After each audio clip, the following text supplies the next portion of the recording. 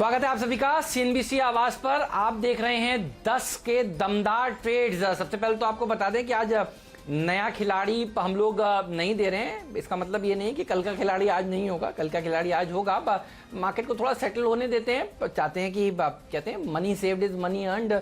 तो mid caps हालांकि अच्छा प्रदर्शन दिखा रहे हैं, तो थोड़ा रिसर्च करके आपको थोड़ी देर बाद 3:15 बजे के आसपास कल का खिलाड़ी आज बताएंगे, लेकिन नया खिलाड़ी आज नहीं दे रहे हैं। लेकिन देखिए मिड कैप इंडेक्स में जोश है, अच्छा एक्शन देखने को मिल रहा है। और हम लोग चर्चा कर रहे थे ब्रेक से पहले रिलायंस इंडस्ट्रीज के पार्टली पेड शेयर के बारे में, और दमदार एक्सपर्ट्स हमारे साथ यहां पर जुड़े हुए हैं। चर्चा को और आगे बढ़ाते हैं। राजेश पालविया जी भी हमारे साथ जुड़ चुके हैं, चंदन तापड़िया जी भी जुड़ चुके हैं। इनके दो ट्रेडिंग आइडियाज भी आपके सामने पेश करेंगे, लेकिन दीवान साहब से और समझते हैं विस्तार से कि रिलायंस के पार्टली पेड शेयर में जिन लोगों ने अब तक पैसे नहीं लगाए हैं, अभी भी मौके हैं, वो आपको बता रहे हैं। लेकिन कौन से और ट्रिगर्स हैं जो रिलायंस के शेयर को और ऊपर लेकर जा सकते हैं? और मुझे याद आता है एजीएम में मुकेश अंबानी साहब का वो बयान दीवान साहब, जिसमें उन्होंने डेट फ्री होने की बात कही थी। अब कुछ लोग स्ट्रीट पर ऐसी बातें भी करने लगे हैं कि मार्च तक की बात हुई थी, हो सकता है दिसंबर में हो जाए। क्या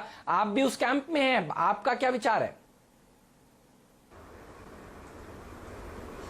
नहीं, आई थिंक इवन दिसंबर में होना तो कोई बहुत बड़ा वो है ही नहीं, चैलेंज ही नहीं है। बहुत आसानी से हो सकता है वो सब चीजें। और जैसे हम बात कर रहे थे, शैल के साथ में बात हो रही थी, तो बता रहा था कि ये जो रिकॉर्ड कायम करने की जो प्रणाली है, ये अगर आप देखें तो ये कायम रहेगी, इसमें ये बढ़ती रहेगी। आपने नए रिकॉर्ड तो ऑलरेडी देखे, 8 हफ्तों में 10 इन्वेस्टर लाना, इस टाइप के नामी इन्वेस्टर, एक एंटाइटलमेंट के शेयर का भी पहली बार इतिहास में ट्रेडिंग होनी। आज जिस हिसाब से इतिहास रचा जा रहा है, रिलायंस के पार्टली पेड शेयर की ट्रेडिंग इतनी वॉल्यूम के साथ शुरू हुई।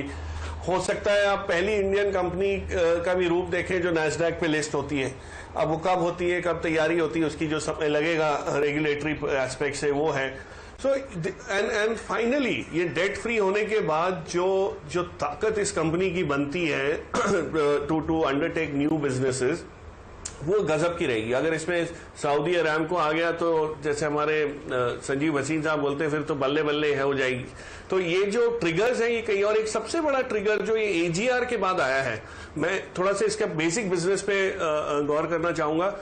जो लास्ट वीक एजीआर की रूलिंग आई, उससे एक चीज साफ जाहिर है कि सुप्रीम कोर्ट कहीं भी कोई आपको रियायत या कोई ढील देने के मूड में नहीं है। अब इससे होगा ये कि जो 10 साल या 20 साल के जो आकलन लग रहा है, जो अटकलें लग रही हैं कि कितना समय मिलेगा वोडाफोन और भारती को अपने पुराने ड्यूज भरने का, उसमें हो सकता है भारती तो मैनेज कर ले, वोडाफोन के लिए it can still be back breaking, क्योंकि ना उनके पास बैंक गारंटी देने की क्षमता है, ना इस टाइप के पैसे जुटाने की है कि वो फटाफट दे पाए।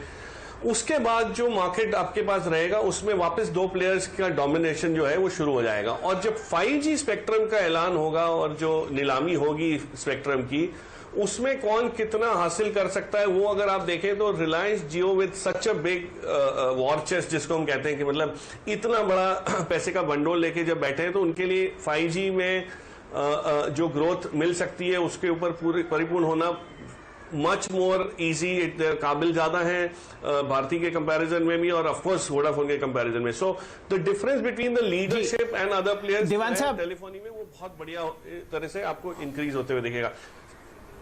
जी दीवान साहब, मैं आपसे एक प्रश्न पूछना चाह रहा था। बहुत लोग जो कि रिलायंस की परफॉर्मेंस देख रहे हैं, पिछले लगभग 4 दशक से ये स्टॉक लिस्टेड है हमारे बाज़ारों में।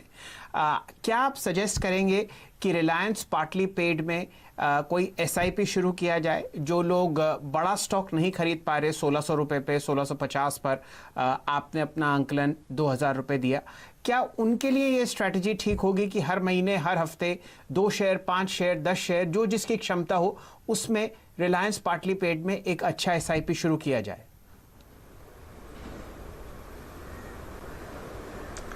तो बेशक चलिए, कोई उसमें कोई संदेह नहीं है कि आपको अंडरलाइंग शेयर लें या पार्टली पेड लें,